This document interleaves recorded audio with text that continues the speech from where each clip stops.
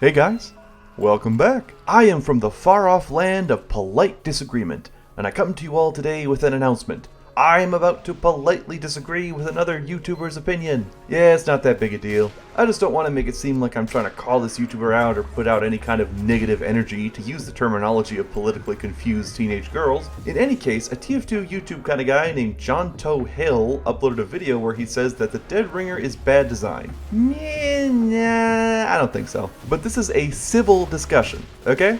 So behave, kids. Alright, what's the problem here? Well, in his video, which by the way is far better produced than mine are and probably ever will be, he states that the problem of the Dead Ringer is that it rewards bad positioning. Then later on in the video, he says that he barely ever uses the Dead Ringer. Well, how the heck are you going to form an opinion that has any value if you barely use it? Not only that, but almost all of his clips in which he uses the Dead Ringer are against bots. Okay, what? You can't seriously expect me to believe this. I mean, if the Dead Ringer does allow you to get away with bad positioning, in fact rewards it like you said, why did you need to play against TF2's brainless NPC characters instead of actual people? That's the kind of thing I did back in the old days of my channel. He then goes on to talk about how spies using the Dead Ringer are predictable, which has a very easy fix. Don't be predictable. That's not a problem with the weapon, that's a player weakness that can be improved upon. I honestly think this is an opinion born from years of playing only with the stock watch or cloak and dagger, and the majority of your experience is against trick-stabby weeaboo types who jump around all over the place waving their kunais like Harry Potter wands. Look, the Dead Ringer is straight up harder to use than the stock watch or cloak and dagger, okay?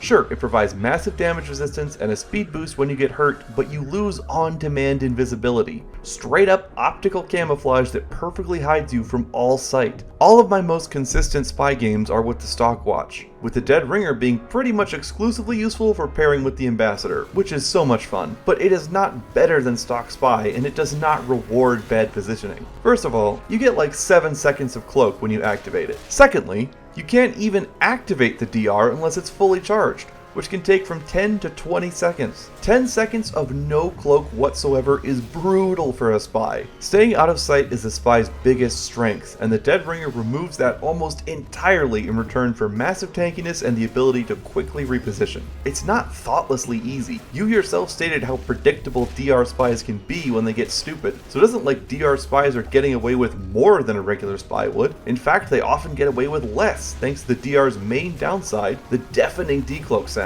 This decloak is crippling for stealth and basically removes it as an option unless you, wait for it, play cleverly. If you want to decloak near other players, you have to do so with precision timing and positioning so the loud ass sound doesn't give you away. You have to use your brain.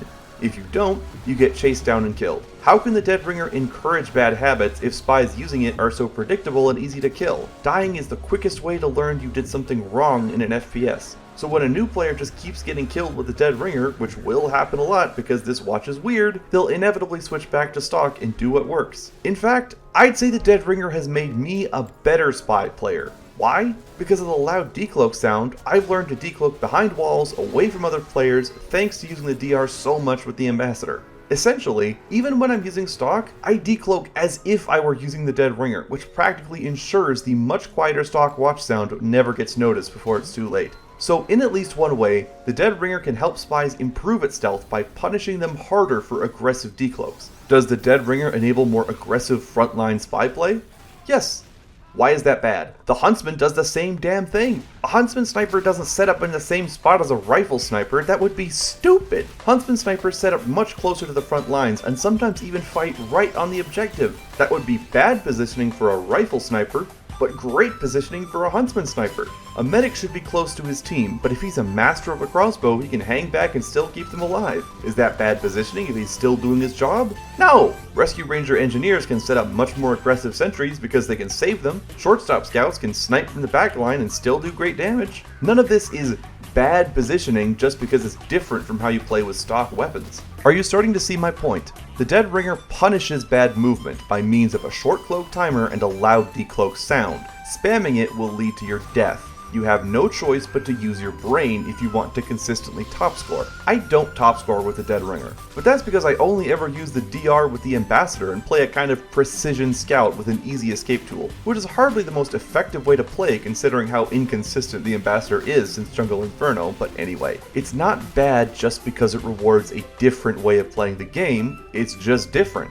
I have numerous problems with this video, but the main one is the obvious fact that you can't call a weapon bad design if you never use it. Spies using the Dead Ringer can only get away with something ridiculous if they have the skill to carry it out. The Dead Ringer is not a crutch. If anything, the Cloak and Dagger is a crutch since it gives you infinite cloak as long as you play slowly. That's just my 2 cents on the matter. Let me emphasize, I don't have anything against jontohil personally. His editing and video style is really great. I just do not agree with almost anything in this one particular video. That being said, I encourage as much civil disagreement in the comments as you can muster. Or just call me a stinky head and move on, that's okay too.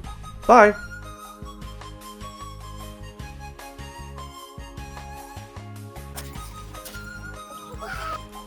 What? Mr. Poo Poo one-shotted me? I got him.